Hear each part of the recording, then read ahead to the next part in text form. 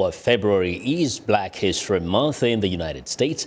The annual month-long national observance pays tribute to the important people and events that shape the history of African Americans. Now, viewers, Chris Simkins introduces us to a woman who grew up on a former slave plantation, fought against discrimination, and went on to become one of the nation's first African American millionaires.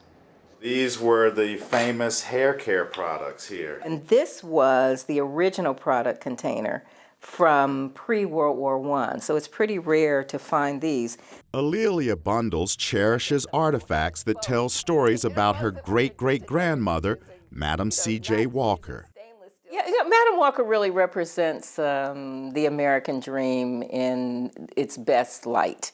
She is a person whose parents had been enslaved. She was the first free child born in her family in the 1860s, and by the time she died in 1919, at 51 years of age, she had become a millionaire. Walker became one of the 20th century's most successful self-made women entrepreneurs.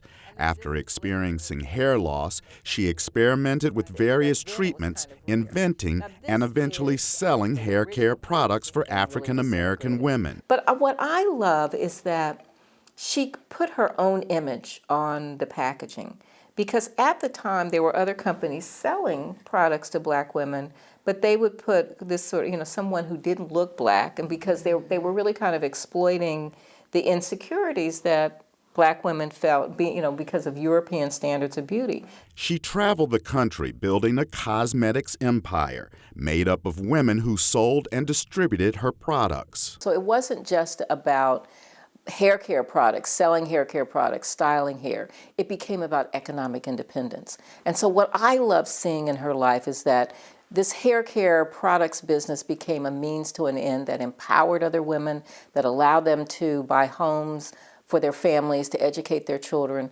For the last 40 years, Bundles has spent countless hours researching and writing about Walker's extraordinary life. So women also wrote letters to her where one woman said, "You have made it possible for a Black woman to make more money in a day than she could in a month working in somebody's kitchen."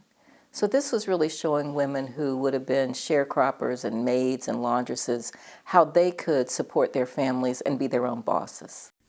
Bundles says Walker was passionate about activism, including empowering African American women.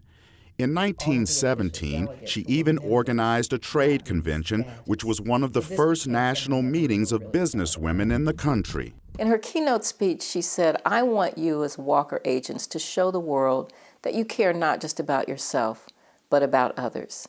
At the end of the convention, the women sent a telegram to President Woodrow Wilson urging him to support legislation to make lynching a federal crime.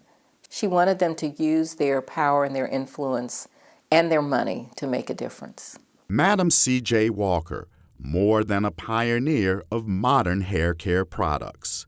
Chris Simkins, VOA News, Washington.